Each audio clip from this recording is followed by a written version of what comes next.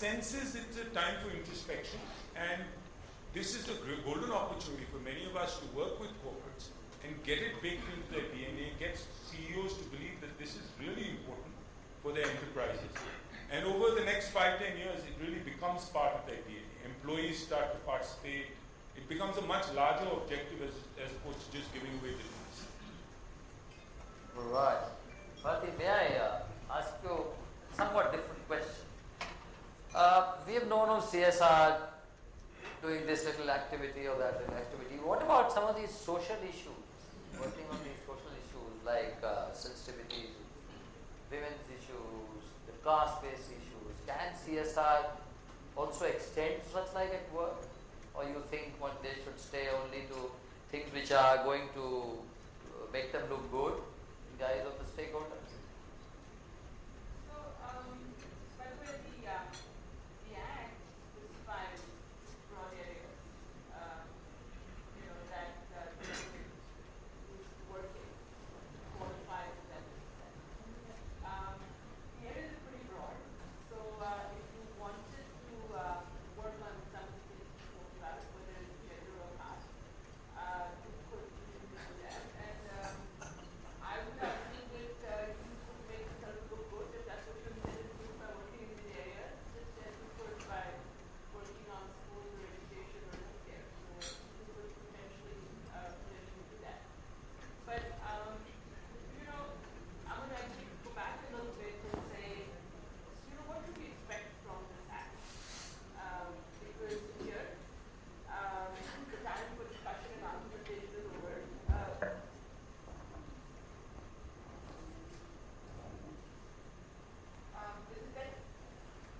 I think take one of these.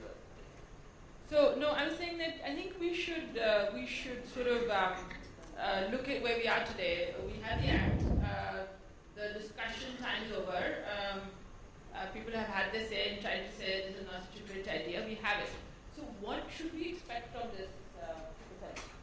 And we've been talking to a number of our clients about this, and I think it has the potential to do a lot of good.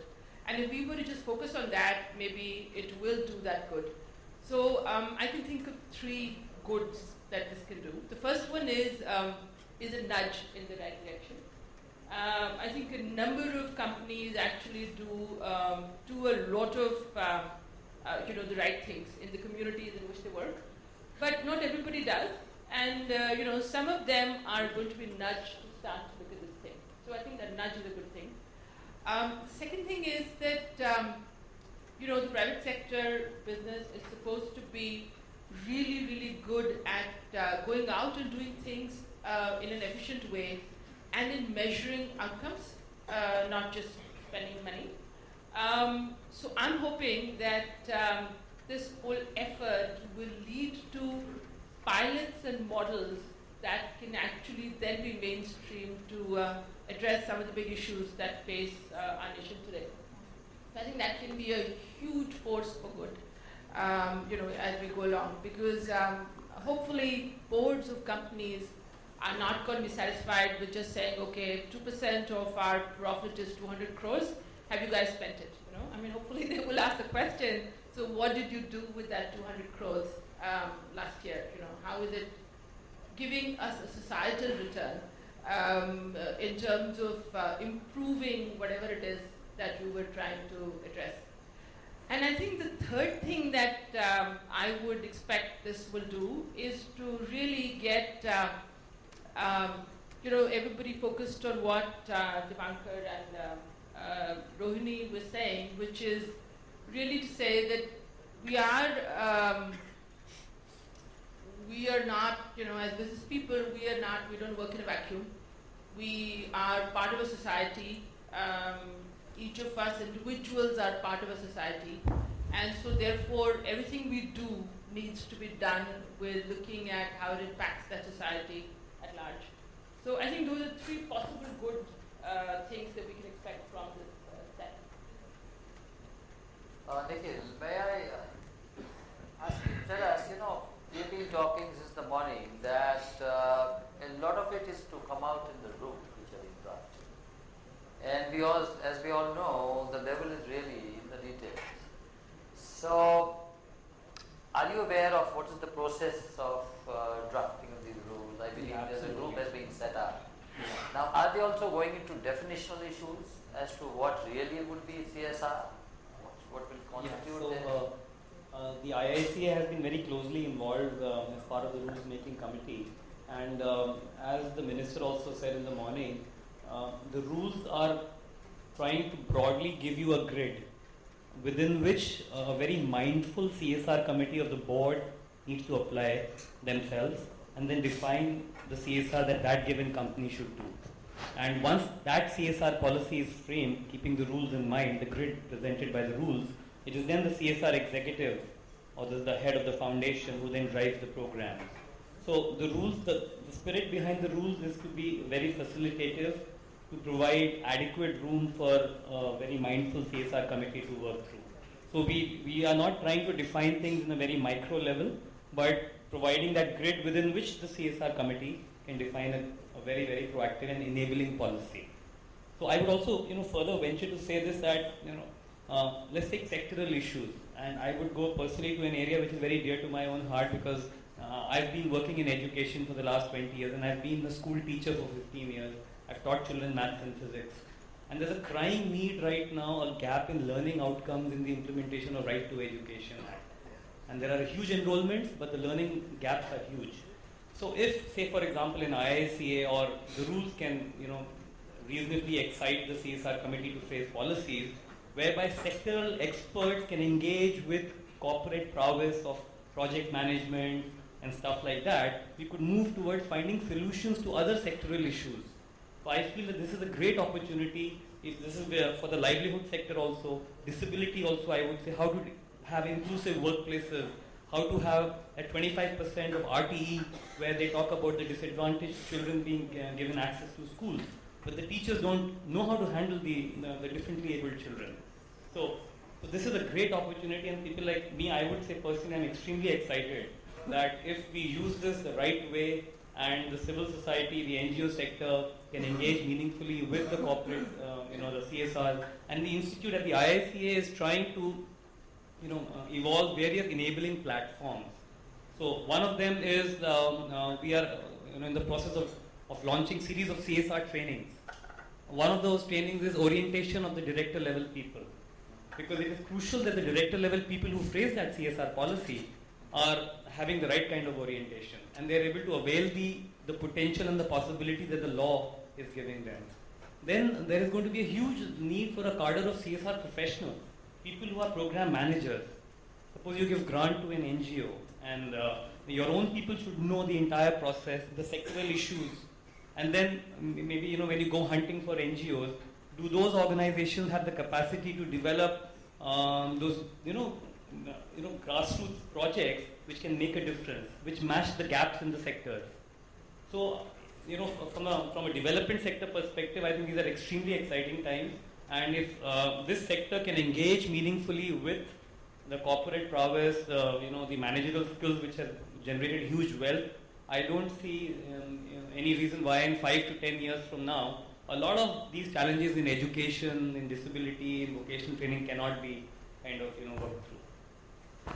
Divankar, I am beginning to get a feeling that it's good that the minister has a lot of trust in the government is coming up with this statute and the rules that are being framed and leaving a lot to the board committee CSR to first declare what their CSR policy is and then comply, and there will be a complete voluntary compliance. If that was it, then in any case, even today, corporate entities are doing their own CSR. There was the need to have a mandatory requirement of 2%. So do you suspect that there is a possibility inbuilt in the whole structure that it will again be just completing a task for those who were not already committed to this? And if you are looking for those who are not committed to this, then there should be some mechanism to check that what's intended of them is being done well. Well, I think in general we are pretty good at ticking boxes. And when I was a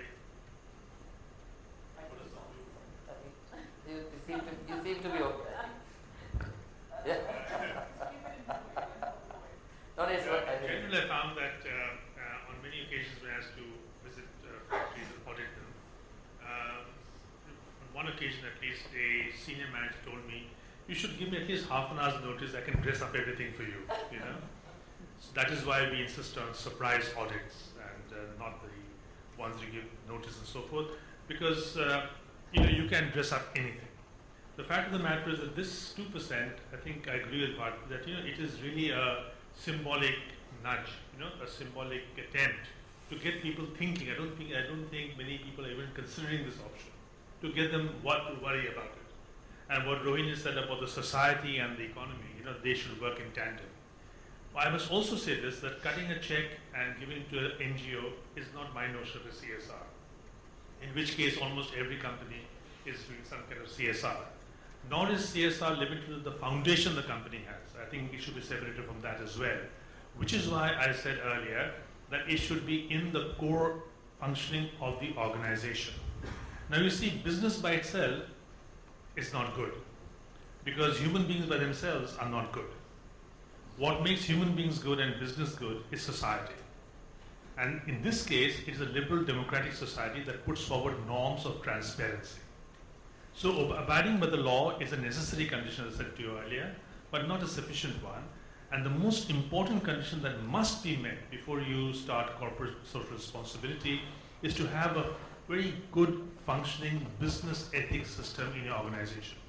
For example, if you don't quite mind using an iffy chemical in, shall we say, fertilizer or whatever, then to ask those same people to do CSR would be a hugely cynical, you know, task.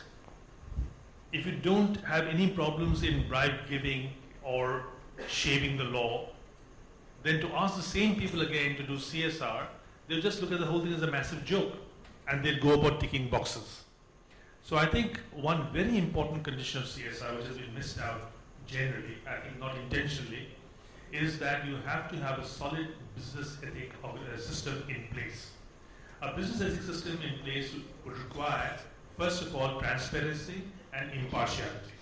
And you have to emphasize these two norms through the working of the organization. You just can't put it up on the wall and say we are transparent and we are impartial. You should show it through promotion, through transfers, through upskilling of labor, whatever be the case. Because in business ethics, you're trying to enforce what is actually unenforceable. You're creating a culture, you know, through business ethics, so that then when you ask them to do CSR, it's a natural outflow of it. It's not something that is being imposed from above. In fact, a good organization which is ethical from within will be an organization that's willing to go out. Now, if you look at CSR in terms of what is happening from within, then you know, there could be three models. Let's say one should be consumer-driven, or it could be competence-driven. You know, some organizations like Infosys and others have some competence, and they could use that competence to take it forward. I know that in the good old days when sugar cooperatives were still cooperatives and not what they're today, the sugar cooperatives were using their competence, you know, to start small dams, to start education institutions, technical institutes on sugar production, so on and so forth. Child labor and women. IKEA produces carpets, but IKEA wants to make sure that there are no children weaving carpets because their customers don't like it. So what has IKEA done? In order to keep children out of the factory, because a lot of auditing can be done, IKEA, Macy's, H&M, they're all doing this. They try and kind of sanitize the areas where they're out so strong by providing good educational backups to the ones that already exist, on the premise that parents would generally like their children to be educated. And doing that would be good CSR because it is going from within the factory's requirement, within the organization's requirement. Tata Chemicals, for example, said that whatever effluents come out from here, we're going to use that, treat it, and make it a lake so that people can use it for recreational purposes. So that again is built in. You have medical companies that say we are going to now work on areas like palliative care, you know, not because it gives them profit, but because it helps them upskill their own force. I remember there's a very famous hotel, and I won't mention the name because we're sitting inside it, and that is this, they thought they should do some charity work, and they said that we're going to send our professionals to the home for the destitute. So they did send people, those philanthropy you might say, but those people came back with solid CSR. They came back and said, we learned so much by working in the Home Institutes that all that training they put back into the hotel, and the hotel did very well.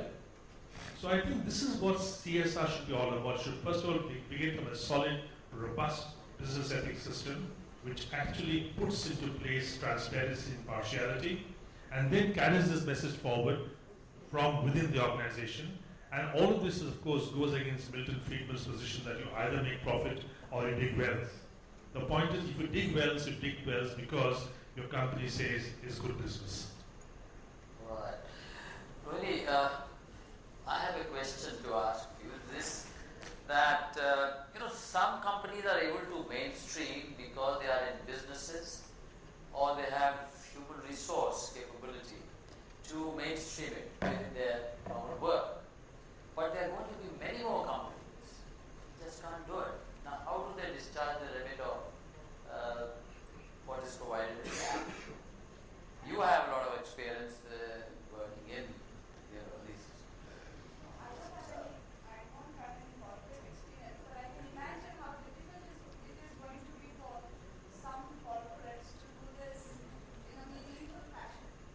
To do it in a way that will catch up with the spirit of the law. It's going to be difficult because it's going to be much easier to say, let's not look at our business practices. Let's look at this 2% and say, let's give it to some good NGOs and let's be done with it. It's going to be much easier because at least then we'll be compliant with the law. But the challenge is going to be for some of us who really care, and many companies themselves care too. I think we'll have to evolve that process to say, let that 2% that you do outside, even if it is ticking a box for now, let it reflect back on you. So for example, if you're going to do work in the community on, say, water restoration, let that experience which your employees or your CSR professionals or whoever have become the narrative for what you do inside. I think there is no choice, we have to do this, it's not going to happen overnight. And like Ashish says, I do agree that markets can be a tremendous force for public good, but alongside many public bads do get created. And sometimes maybe they can look at this to alleviate some of the public bads that they themselves create. So for example, without naming any companies, I know that the beverage companies across the world realize that they are taking especially where your governance and regulation is poor. It is very easy for them to go and extract water from all sorts of places and have a tremendous impact on, say, the groundwater around without even knowing it. Sometimes they won't even know. They'll be sucking water out of the ground here, and unless they actually